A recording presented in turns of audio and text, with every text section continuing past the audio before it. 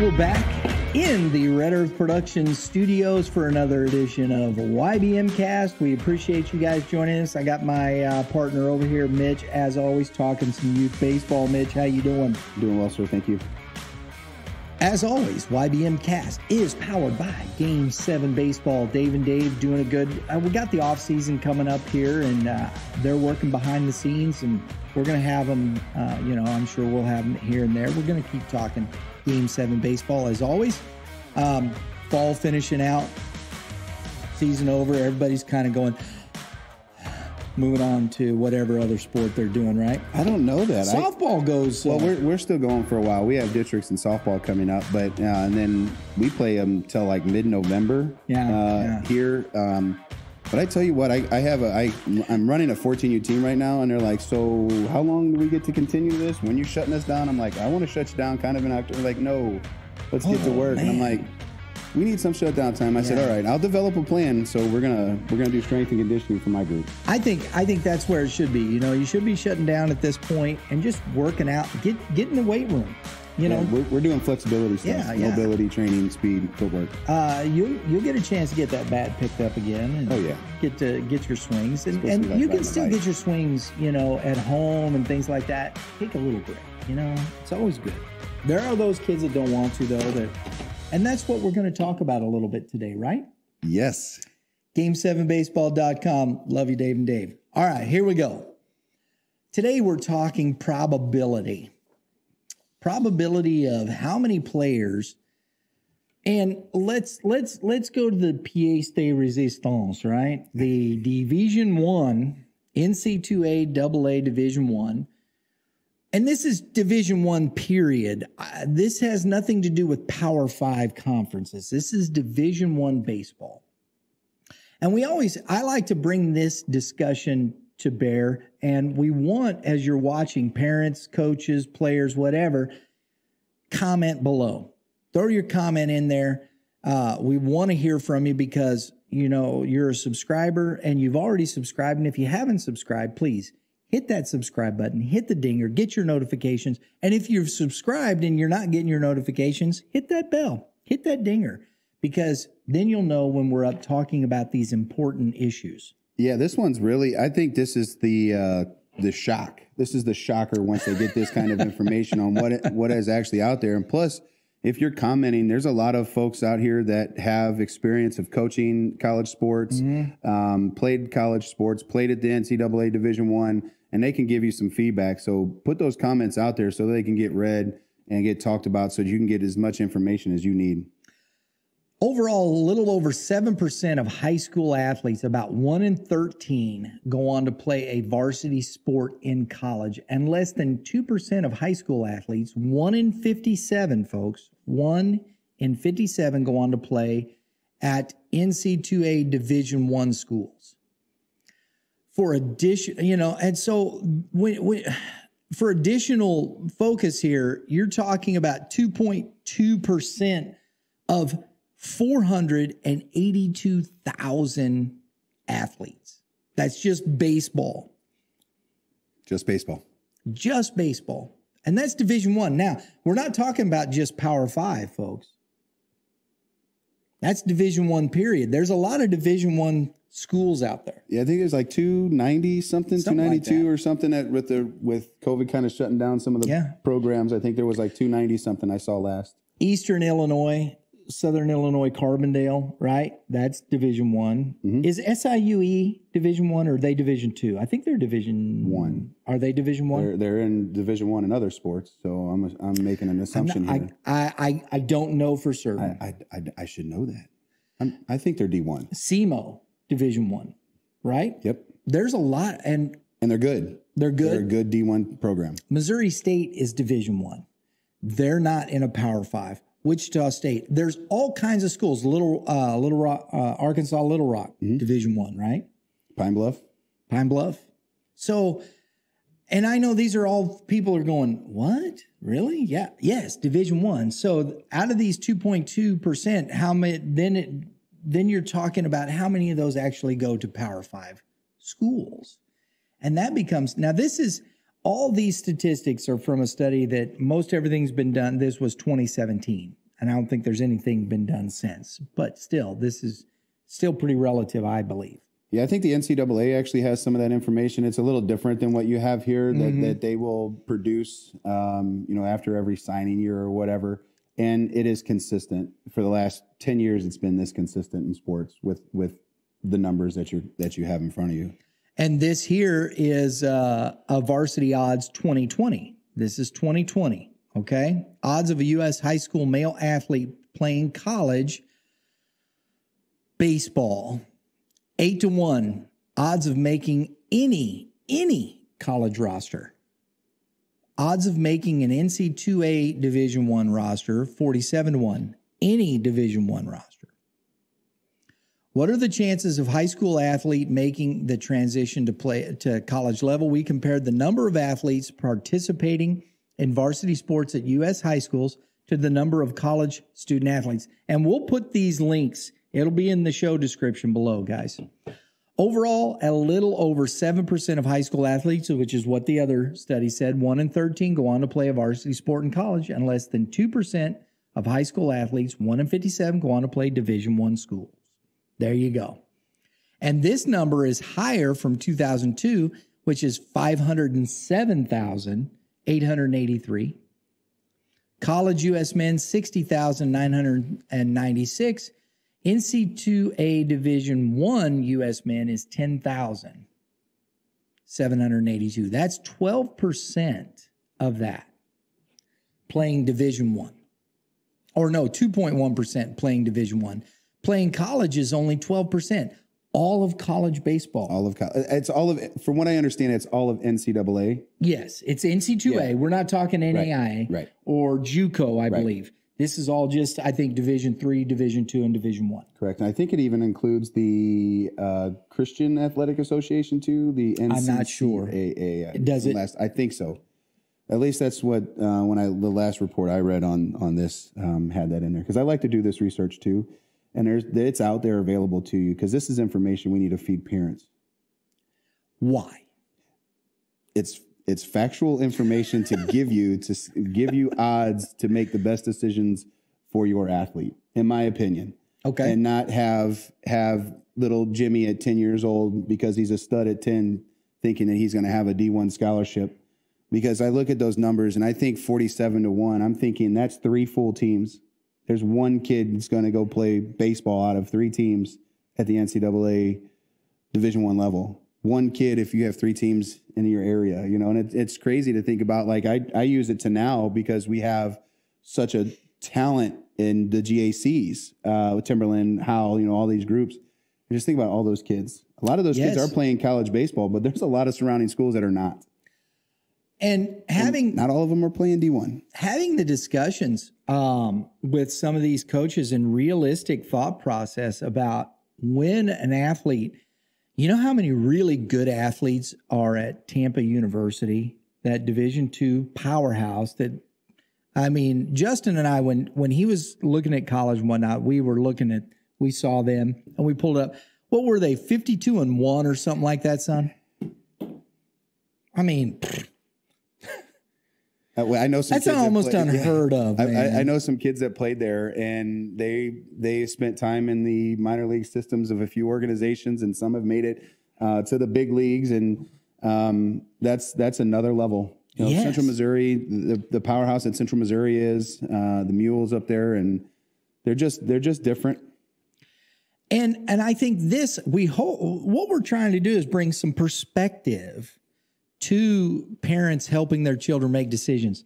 Because in the end, like you said, Division I, and that's across the board. So that's a SEMO.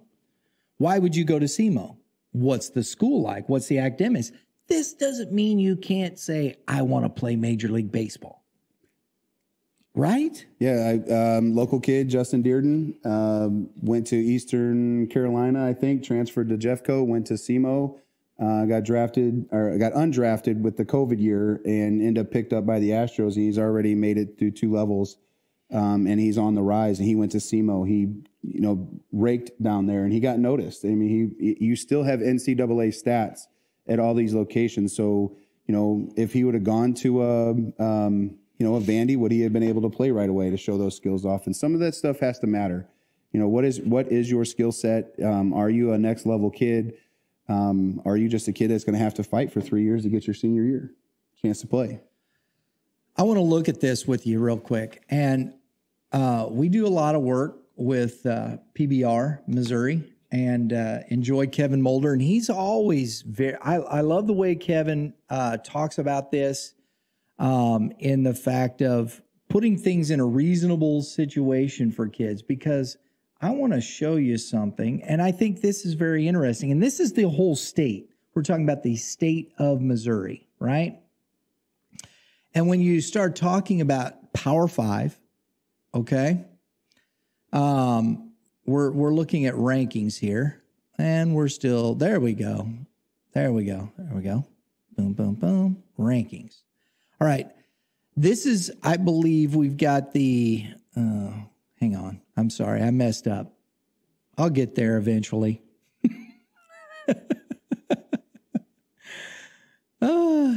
But it's killing time, right? 2022s, okay? 2022s in the state of Missouri. You've got Reese Robinette, the kid down from Kennett, Arkansas. Carson Milbrandt, Vanderbilt. But these two, if you haven't seen them play, which I've seen these kids, these are special talents. These are, it's a big-time arm with Carson Milbrandt. No wonder he's going to Vanderbilt. Here, Zach Stewart, though, Missouri State. It's still Division I. I know this. I know Kansas is a Power 5 school, but are they a Power 5 team in the sense of, are they a powerhouse? Yeah, they're not going to compete like the others. I don't know about Kansas's program. Did he go there because of other things? Possibly. Coastal Carolina is starting to make noise. But they're not in a Power 5 conference, are they? No, I think they're always... Are they ACC, though? Well, there's been so much movement in the last couple of years, and there's still teams moving and getting out of... I don't know if Power 5 is even going to matter here soon, but Coastal Carolina, I think, always has its years where they'll still recruit well and be competitive. But again, when you're a small program like that, trying to come out of your region is going to be very, very difficult. And as you can see, Arkansas has been in the Vanderbilt. But after those three, I mean, you're looking at, Missouri State, Kansas, Coastal Carolina, Missouri, Missouri State, Missouri. I mean, Missouri I think they'll come back. I think the coach there's doing, but you look, St. Louis, SLU University, not a Power 5, Kansas, Bradley, Missouri, Missouri State, Missouri. St. Louis, Wolford out of Chaminade. That's an academic big time piece right there. Michigan, Missouri State, Eastern Illinois, St. Louis, Ball State, Belmont, Central Missouri, 26 here, ranked kid in the state, Chase Wilcox out of St. Pius X. Mm-hmm. Really good division. They won the state championship last week, right? You're talking about Central Missouri. See him, right there, UCM. Boom, that's what we're talking about. And this is where I want you to, comment down below. We want to hear what you have to say about this. You got Arkansas State, as we talked about. Lindenwood, great Division II. Here's a SEMO. As you can see, once you get past that couple at the top with the Power 5, in the sense of Arkansas and Vanderbilt competing at that national championship level, everybody else is still, there's still fighting for kids. Right. Do you have anybody? Do they go to the top 50 or the top 100? It's top 100. They go more than that. They go all the way down. And you look, Greenville, Jeffco. These are kids that might need more development, more time to become a guy. Wabash Junior College right there, Wabash Valley. What's interesting when you look at, say maybe past 80, you start to see a bunch of blanks. Yeah. They're not kids that are verbally committed. These are seniors, correct? Yeah, these are all seniors. So they can commit or whatever, and you still see a bunch of blanks and indecision being made. And why aren't they getting recruited when they have this kind of talent? Because I can tell you, top 100 kids in your state's still pretty darn good. Right. But at the end of the day, you still are seeing, like you said, a bunch of good talent still not going to that highest level. And what's interesting and why I like these things is, and these percentages are, I just think about, the scholarship numbers, 11.7, 7.2, none for Division III. And to me, it's like we have rosters of 25 plus. You have incoming freshmen coming in that you need to give money to, that you're not giving full money to unless they're a guy. How is this money being divided, or is it being divided? What ways are they utilizing in-state tuition versus out-of-state tuition to give guys scholarships versus not, or whatever? And it's just an interesting thing and number to have in front of us and saying, if we have this many scholarships, this many players, this is the percentage of playing at these levels. And we're talking top 1% of the 10% that get to play in college baseball are your Power Fives. Right. And we're talking less than 100 kids. We're talking what you see right here in front of you. Right. 10. Right. 10. 10 guys. Now that would suggest 10%, but those guys, are they going to end up at Mizzou? Are they going to stay at Mizzou? Are they going to deal with that? Are they going to transfer out after a year because they didn't get the innings or whatever that they needed? There's just so much to this, and I think it's important to share these probability numbers like you're trying to do here. You think about 2023 in the class, we have Adam Atchman at Timberland. I think Missouri's number one 2023 pitcher. He's 96. Yes, he's ready to go to Arkansas.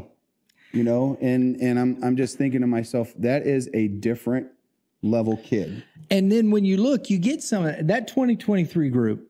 Really, there is some really outstanding players in that 2023 group. There's some guys on here that I've watched. Hatchman's been ranked, I think, in the top 20 nationally on most boards. I know he isn't PBR. He might be even 6 or 7, somewhere in there.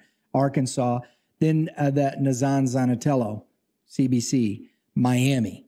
I mean, ACC Power Conference is Miami competing like they used to. Here's another Tate McGuire out of Liberty North, Arkansas, Missouri, Duke, Cameron Poe. And I've talked to Kevin about this young man. That was an academic, the school fit, everything, high academic kid.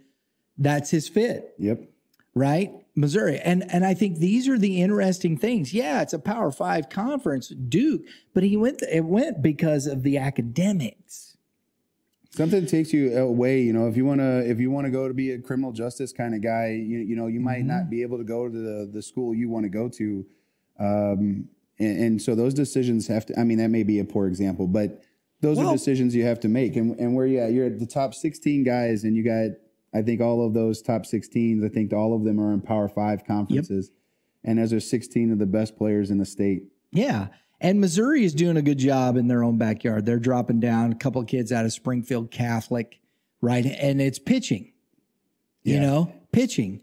Because we can never have enough pitching, right? Never. Can't New Mexico State, That's what you have to appreciate about Missouri, and now in general, that this, and something that they haven't had for a while, is they are trying to recruit heavily in their backyard when they've tried not to in the past. In the last 2 years, to just show you, I think just watching you scroll through here, must be 25 guys on there they're trying to make. But again, as if you're a junior right now and you just verbally committed, are you looking at this same information and going, wow, what chance do I have? And so are you going to decommit and go a different route like a Jeffco? Or, what if you're one of those top kids and you get lucky enough to get drafted? And this doesn't mean you got to go out and recruit yourself. Get into some of these PBR. They have great services, talking to people. There's a lot of folks to help. And junior college is not a bad route, folks. It saves you money. I am a firm believer of that, and especially if you're one of them draftable guys, and you're going to maybe a mid-level program, and you just need to get those extra reps. Let's say you're 92, 93, but you're going to be 3 years out at a Vandy or something, and you have an opportunity to go to Missouri State. Maybe you go to a top junior college in the country and move to the next direction there, because you can be draft ready right away. You don't have to wait till your junior year or you're 21, like you do have to do in the NCAA. So there's a lot of information, but we're again talking about 2% of the athletes. And I look at my own organization. I have to tell them, okay, 2% are going to, do this. And what is your desires and ambition?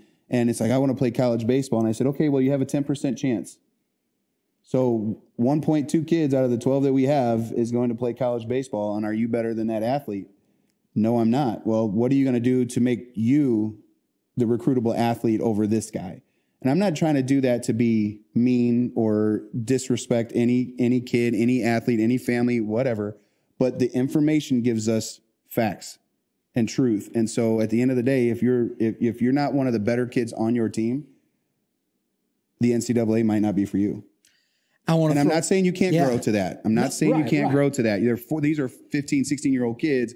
And I graduated early. I would have loved to have stayed in one more year of school and have been an 18-year-old graduate instead of a 17-year-old graduate. I gained a lot of strength between 17 and 18 years old.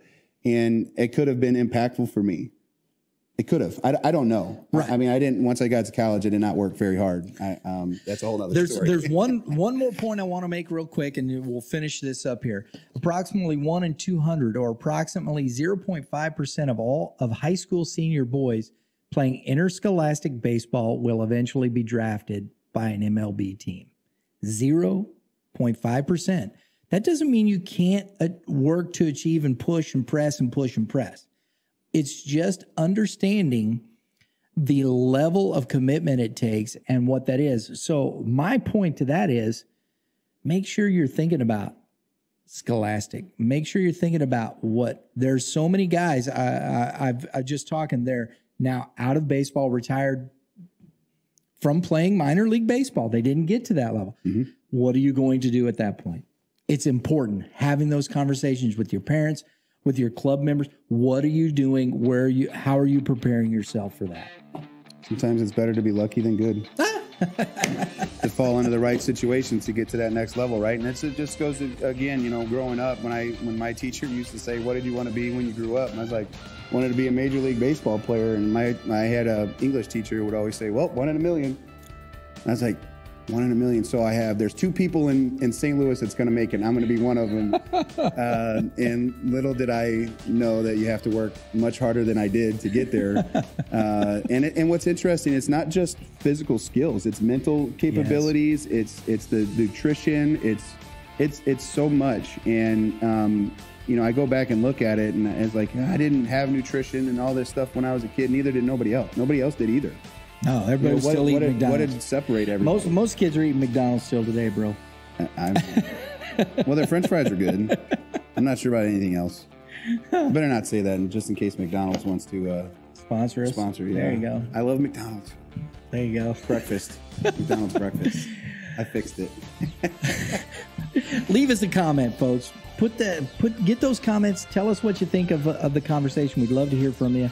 We want to continue this conversation. We'll be back again. Mitch, thanks as always, bud. Great conversation. Yes, hit that subscribe button. Hit the dinger. That's what we do around here.